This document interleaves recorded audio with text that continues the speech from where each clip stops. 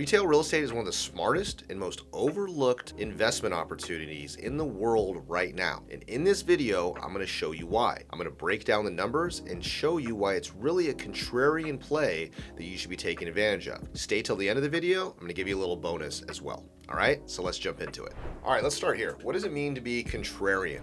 You hear the word all the time.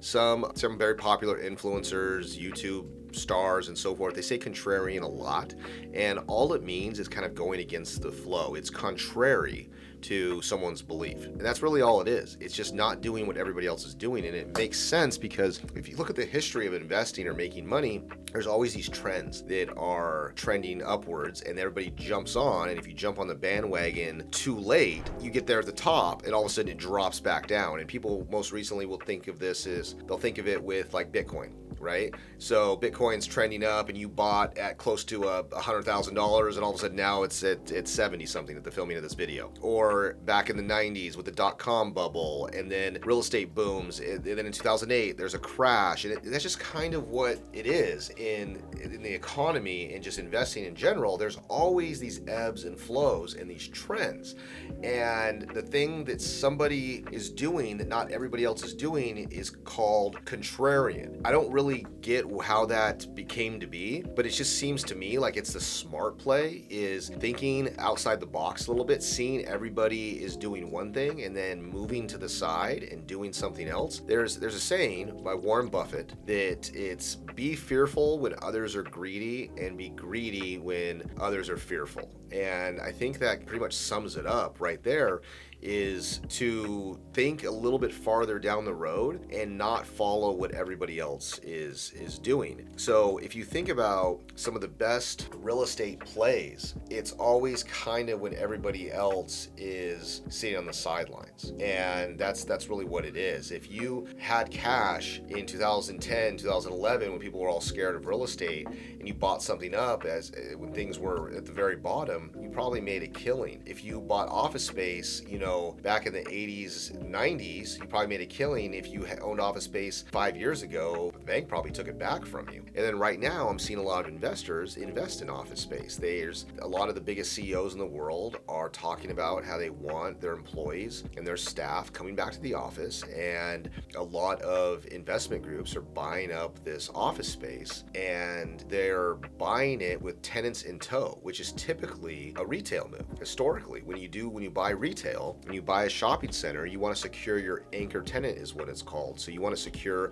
a large grocery store, a Target, a Walmart, a Home Depot, Lowe's, something like that. You want to have your big tenants already signed into leases or really far down the line before you commit to acquiring that center or developing that center, building it from the ground up. So you're seeing that a lot in office right now with these groups taking down high-rises, mid-rise buildings and already having a tenant in tow to take 12 floors. And that's what you're seeing. So that's kind of a contrarian play too, but not the one that I'm here to talk about.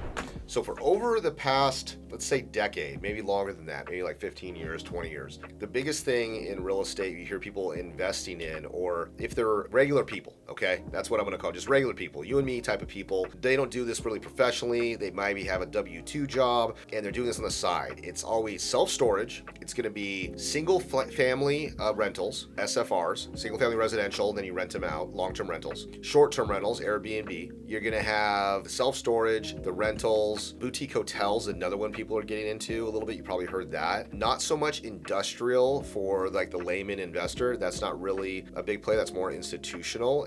But there's some people that have bought up some flex space and things like that. And that's kind of it. But multifamily, apartments, the duplexes, the triplexes, the quads, that type of thing. Small units, 8 unit, 16 unit, little apartment complexes. That's a big one too. But everybody jumped on that train. No longer contrarian as it was, 20 years ago. Everybody jumped on that trend. That's the big trend. What happened was when there's that much competition, just like anything in economics, you have a limited supply of apartment buildings and a massive demand. So now the prices of these apartments go higher and higher and higher. And when you buy one of these apartments at a higher price, you're getting a lower yield, a lower return of the income that is produced for your money. So now that's represented by a cap rate. And equation, which now used to be able to buy apartments at 7, 8 caps, 10 caps if you're lucky in certain areas. Now they're like 4 caps, 3.5 caps. You're paying more interest on your loan than you would by getting cash flow. And so you'll be negative cash flowing some of these apartments. So what happened is people moved into Airbnbs, short-term rentals, anything like that, and even buying houses, long-term rental type of thing. They kind of got away from multifamily for a little bit. But as I was seeing this, I own a construction management company. Work was going good. We did all sorts of different things, but I saw these retail centers that no one had paid attention to. And they were these neighborhood centers in suburban areas, and they just looked kind of run down, almost like people hadn't really paid attention to them, a lot of deferred maintenance and things like that. And the reason for that is because retail traditionally has a lease structure called a triple net lease structure. And what a triple net lease structure is, the tenant is in charge of paying not only their base rent, but the property taxes, the insurance, and the CAMs, which is common area maintenance. And basically, because the tenant has to pay that, a lot of times landlords don't really do a lot of maintenance because they don't want to have their tenants pay for it. They don't want to ruin their NOI, things like that. So shopping centers can get pretty grungy pretty fast over in the 10, 20, 30-year period. So we saw this and started seeing that rents are severely below market, coupled with the lowest vacancy rate in almost history when it comes to retail. And there's a reason for that, and this is why. So back around years ago, I don't have the exact date, there was about 220 million square feet of retail being completed and built a year. And this was right around, I believe it was like the recession. There was e-commerce was coming to the surface because it was starting to make a big impact, but not yet. But right around after the recession hit and e-commerce was making a big move in the industry and just in the world, retail started tailoring back. And now, if you look at JLL's numbers from last year, only 30 million of retail is being built. So that's 190 million square feet of difference in retail, which means the supply is going less and less and less, and businesses are still opening. So what happened is people assumed that certain retailers, well, they wouldn't assume, they saw. Okay, they saw that e-commerce, you have Amazon and everything can be bought online, and then retailers, mom and pop stores, people selling shoes and t-shirts and clothing and certain items were going out of business because you could buy it online. And it was not internet resistant, it wasn't e-commerce resistant is what it's called now. But what happened is those companies took off, or they went out of business. This was coupled with COVID, the pandemic era, which also put a lot of things out of business. And now you have a lot of vacant space. And instead of this vacant space staying vacant, other businesses moved in, but instead of it being traditional retail, it is now fitness, health-oriented, experience-driven restaurants, a lot of food operators, and things like that. So retail just evolved, and it evolved, and they didn't have a lot of space to move into. So demand started picking up, and there's a limited supply. So now what happens is basic economics, the rental rates now increase. That's why there's this play in retail right now, is because there's such a demand for it and a need for it, and a demand for small businesses that want to go into need space to open. I'm based here in California, and our vacancy rate in certain areas around here is 2 to 3%. It means you're seeing maybe one vacant space in a shopping center. I mean, if you think about it and you're watching this, and you're in your hometown right now, how many vacant shop spaces do you see? How many vacant restaurant spaces do you really see? Is it maybe that one drive-through restaurant, that one boarded up restaurant you're always talking about? Why doesn't someone do something with it? Is it that strip center with a 7-Eleven and there's like that 1 or 2 empty spaces? It's really not a lot. They stand out, don't get me wrong. When you see one, you recognize it because everybody notices in their brain, their visual, they see vacant retail. They see a for lease sign, it clicks in their head, but it's actually a lot rarer than you think. If you think how many vacancies are in an apartment complex, it's always carrying 10, 15% or more. Industrial spaces, office space is like 25, 30%, 50% in areas right now. There was such a downsize in office. So retail is very limited with how much vacancy is out there. So that's why the play. So you have a few different things here. You have, it used to be 220 million coming to market every year, and now it's 30 million. You have an entire shift in retail from selling goods and physical products to now selling services, fitness, health and wellness, and experiences and so forth. Everything from a hair salon, a blowout bar, a nail salon, a place to get something to eat, an escape room, a cold plunge, a sauna place, yoga studio, Pilates. I mean, go on and on and on. That's what you have now. So you have the limited supply being built, a huge demand for these new businesses that are trending right now. You have a low supply that's existing.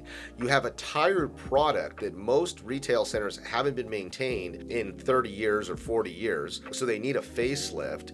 And everything that's existing right now, 95% of it is below market rents. So that is, if you don't need to be a genius to understand that you have 1, 2, 3, 4, 5. It's everything is trending where this is the play. This is what people want to do. Now, a big thing is, why is it being ignored? It's actually not being ignored right now from people that that are in my industry. It's just not mainstream as much yet. There was a saying that someone told me a long time ago, and I think it's true, is that if you're in a cab and your cab driver gives you a stock tip, it's time to sell that stock. That's kind of what it is.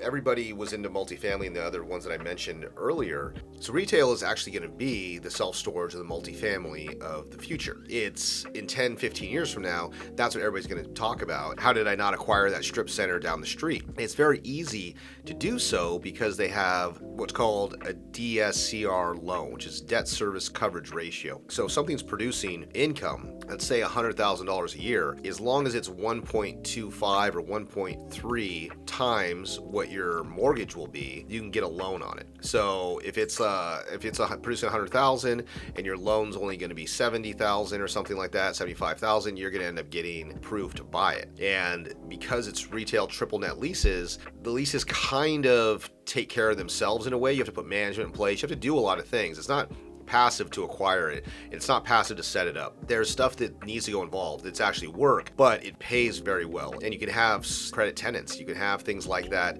really improve the value. You could have a mom and pop coffee shop or a Starbucks, and they're paying the same rent, and one gives you a greater value. So here's where the contrarian magic kind of really kicks in, is no one's paying attention to small retail right now. So the acquisition competition is a lot less. And I think that's a really big deal. When you have a lot of competition trying to buy an income producing property, any sort of commercial asset, basically the person's willing to pay the most is what's going to win it. That is not really makes you feel a good feeling when you acquire something and you know that 10 other people weren't willing to pay as much as you were. That just makes you feel like, oh shoot, I overpaid, I missed something. So having low competition is something that I really look for. And there's really high cap rates right now. And you can buy retail centers and strip centers for 7.5, 8 caps going in. That's not even including the fact that you can raise the rents, redo the center, and you're building into a 10 or 11 cap or more. So that's like a really big deal, or something that I really look for. And an example is that we bought just last year, about 18 months ago, we bought a center in Southern California here for $8.4 million, and it was outdated, it was underleased, it had some real cosmetic issues with it. And in under 2 years, we leased it to Habit Burger, O'Reilly Auto Parts, California Fish Grill, Mattress Firm, Pacific Dental, a bunch of other tenants, and we ended up turning it into a center worth $26 million.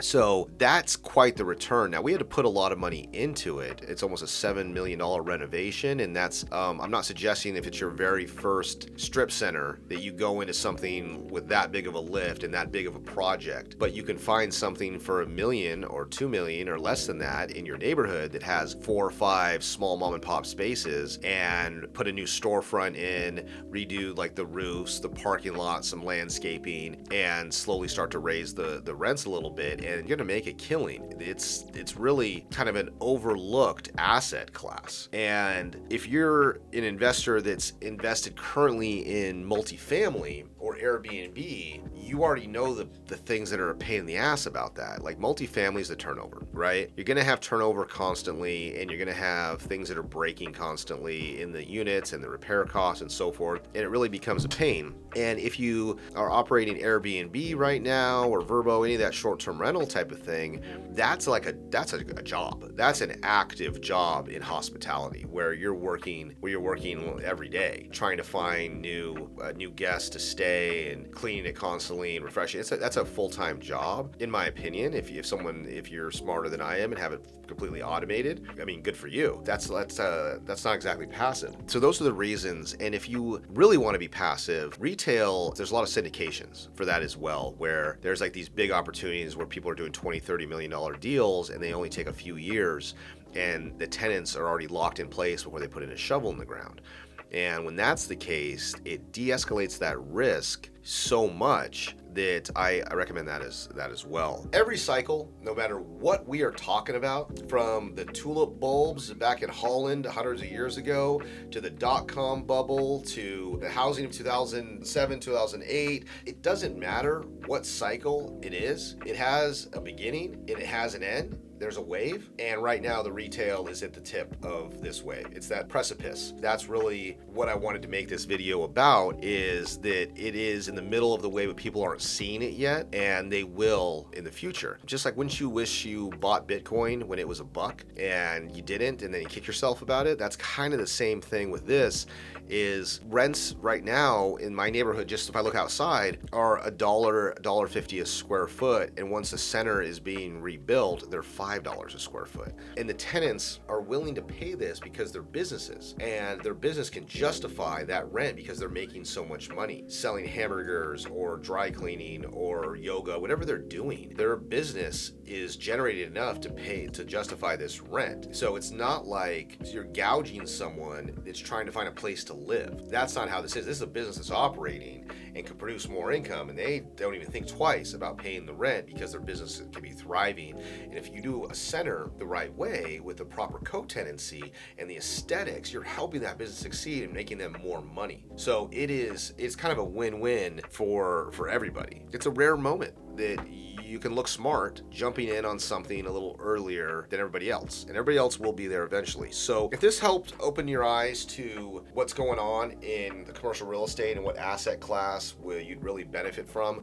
please hit the like and subscribe button so we can keep making more of these videos, and hopefully we just can shine the light on a lot of just aspects of commercial real estate that go overlooked, or they're not big and fancy and shiny like building new high-rises and baseball stadiums.